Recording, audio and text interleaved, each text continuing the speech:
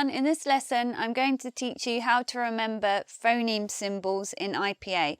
Here are some of the symbols. These symbols are for the vowels, but I'm also going to teach you how to remember the diphthongs and the consonants. These symbols each represent a sound in English. Some of you will know and have heard of these already, and for some of you it will be completely new to you, a new subject. When I was learning these, what was really hard for me was to remember some of the symbols because they don't look like English letters, and to associate them with a sound. And I think I've known of these for about 7 years, but it was very, very slowly that I remembered them. And the reason I've made this lesson is to make it easier for people to remember that association. And that's why I've got some pictures, and sometimes it's some words that can help you remember the sound and the symbol. So we're going to we'll start here, and this first column we go across the vowel chart here. E, say cheese, cheese. You know when somebody takes a picture? Say cheese. The word cheese has the sound in it. Next we have I. To remember I, we can remember the phrase English ship. The phrase English ship has the I twice in it, once in English and once in ship. And I drew a picture of a ship here. Here we have the English flag. This is the St. George's flag, which represents only England. And if you look inside the boat, we can also see the shape of the I. Okay? Next we have and if you imagine a cow in a field, do you ever see them when they have that ring through their nose? Like that. That is the same kind of shape when you see it in the nose as the phoneme And very conveniently, that phoneme is in the word bull. So if we say the phrase pull the bull, and we see that picture in our heads, that can help us remember. And also what's good to know about these words, if you listen to me say them, they sound, the sounds slightly different in them. Pull the bull, but the two words have that sound in. When we're learning the phoneme, sometimes it can be a little bit confusing that they slightly change sound in some different words. So I'm just pointing that out to you. They have the same sound. Next we have oo, mood for food. And in this one, I changed the shape slightly to make it a smiley face. So if you're happy to be eating food, it can remind you of this sound, mood for food. Okay, next. Here's one of the easiest ones to remember. This is e. Most words with e in are spelt with the letter E, so it makes it easier for us. And this drawing that we have to remember it is wet pet. You know when a dog goes outside in the rain, or after it's been washed, it comes in the house and it shakes like that, and all the water drops fly away. This is what this picture shows. He's a wet pet. Next we have the schwa. The schwa, I remember it in a few ways. First, I remember it as the upside down E, but I also remember it, it's hard to say the schwa on its own without it being in a word, but it's something like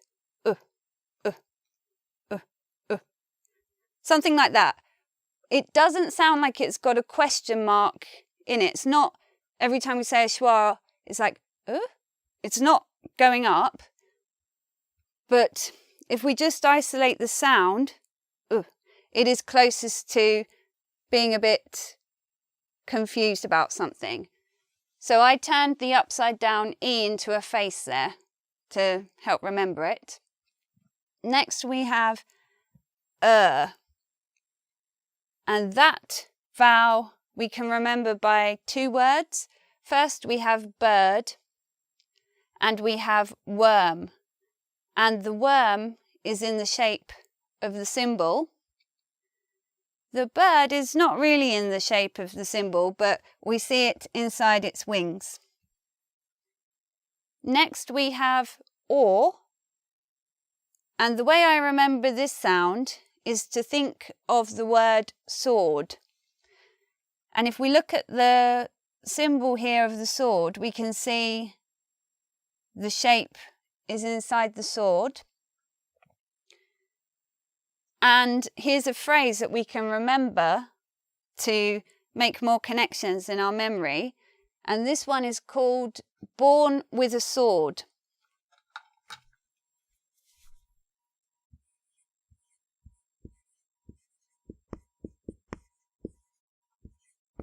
So it's a baby holding a sword, as if it's a toy. Next we have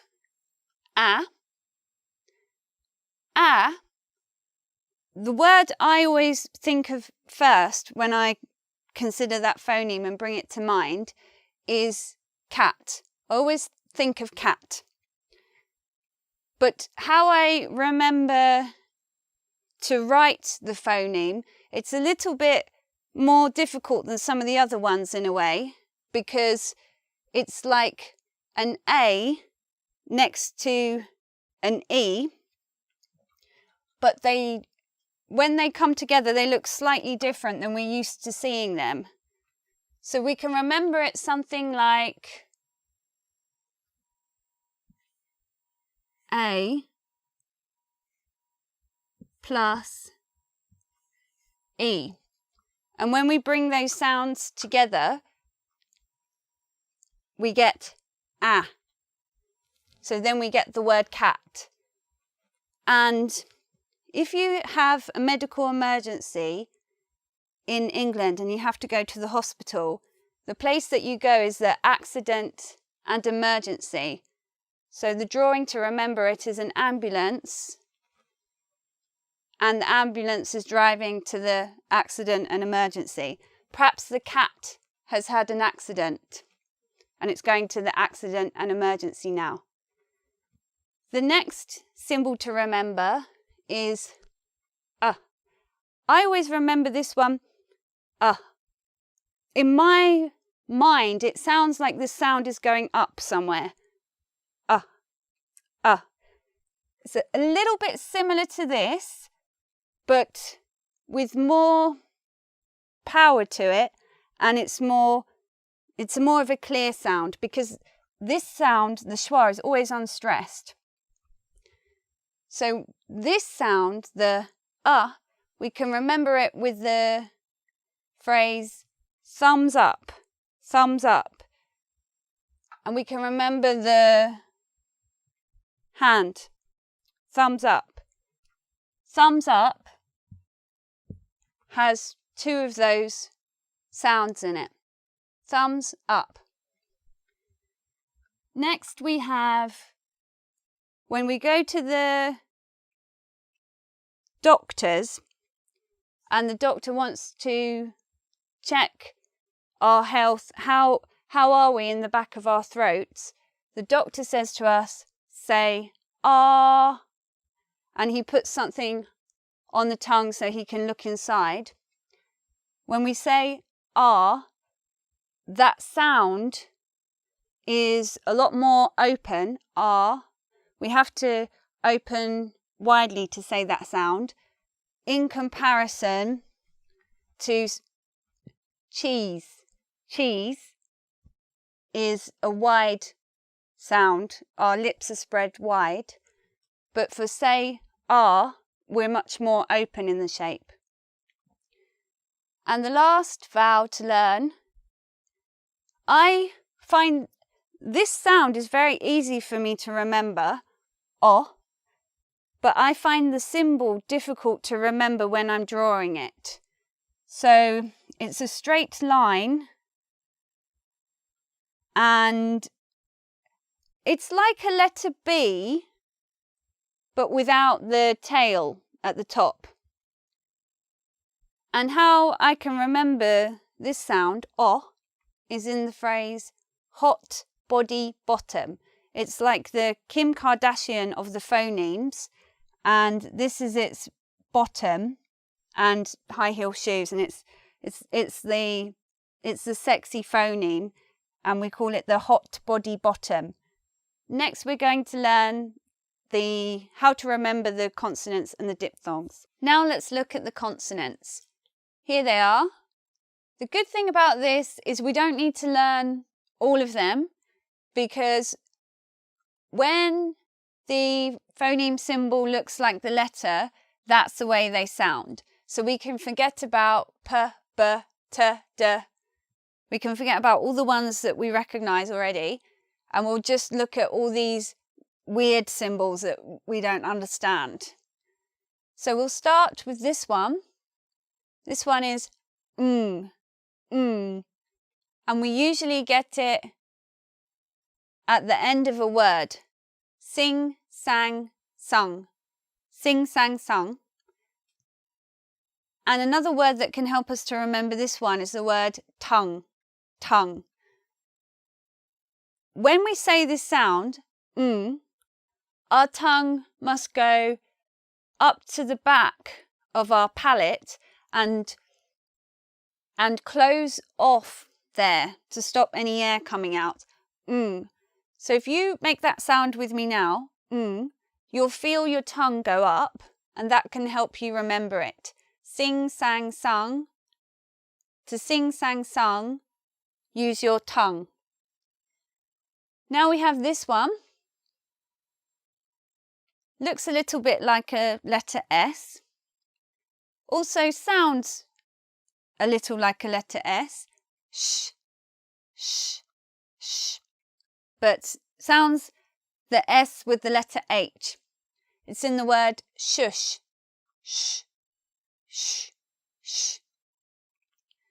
Next we have the word, the phoneme z, z, z. This is a hard one to remember, but actually it's not in so many words.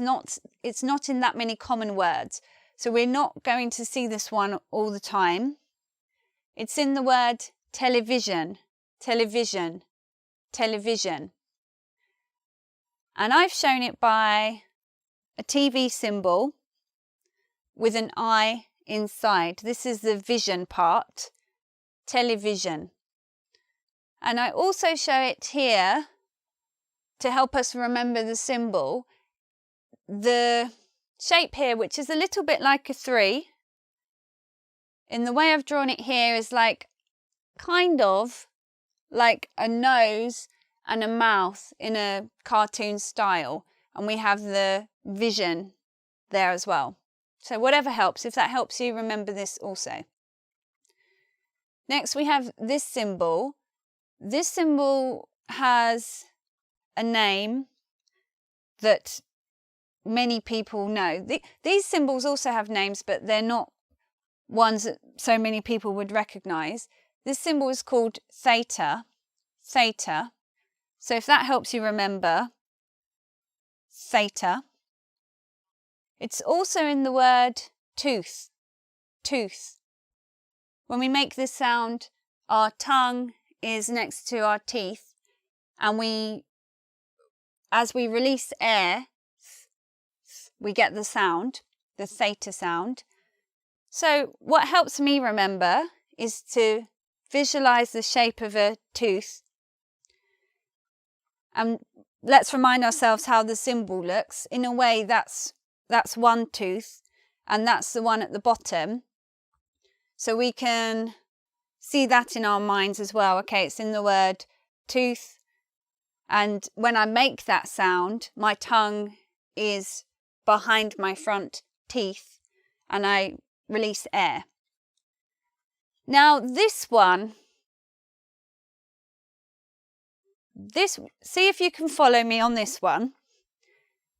This is a very strange looking symbol. And I was looking at trying to think of an image that could represent it or what it looks like. And the best I could think of was some kind of flying bug. So here's my flying bug. And to make this sound, we keep our tongue in the same position as theta, but we voice this sound with vibrations instead of air. So this sound is z, z, z, z. So imagine this bug, it's flying in a way that it's not a steady sound like this. It's not like that. This bug is flying and then stopping, flying and stopping, and it sounds like z, z, z, z, z, z, with its little wings. And I remember it with the phrase, this rhythm. Z, z, z, z. And again, this sound is not in so many words. It's usually in grammar words like this, those. We don't have hundreds and hundreds of words with this sound. So when we learn it in the main words that we find it, the grammar words, it helps us. We can recognize it more easily. Now we have two symbols that are made up of two symbols together. This one and this one are different to these because these are all just one. These sounds show us in their symbols that they're made up of two sounds together. Well, not really two sounds together, a blend, or they're close to that and close to that. So this one is made up of the t and sh, but together it's ch, ch, ch, ch. And the word that always comes to my mind first of all is the word chair, chair, chair, chair. So I've drawn the chair, and to show that there's the two sounds in the ch, I've put the T behind the chair and the sh as if it's sitting on the chair. And finally we get to the last IPA symbol for consonants. This one is in my name, is in the word jade, jade. This one is made up of d and also j, j, j. What is really interesting to me about this sound is when I suppose it can still happen now, but it's more rare. When I was younger and I used to say my name to some people, I would say, they would say, what's your name? I'd say Jade, and they would say back Dave. No, Jade. And I didn't know at the time that the sound j was made up from, it's partially a letter, the sound d. So that explains why if I said the word jade, if some people couldn't hear right, there was too much noise, they might have thought I said d instead. So we put those together and then we get lots of words with j in it, such as jade. And it's hard, I don't know how useful this part is. If you look at the head of jade, we also see this symbol in the head. Maybe that helps you. I don't know. So now we have the diphthongs. The diphthongs are I think they're really hard to remember, to associate the sound with the symbols. These come last, I would say. Once you know all of these symbols and the vowels, then if you're still interested to learn, these ones you'll just start to pick up gradually and slowly. This diagram, this drawing, can help us remember, because here is included all the diphthongs of English. And his name is David Dip. Dip stands for diphthong. That's his name. And all the parts of his face have a diphthong sound in them. Here's his hair, air. That's David's hair, air. Here's David's ear, ear. Here's David's mouth, ow. And here's David's nose, o.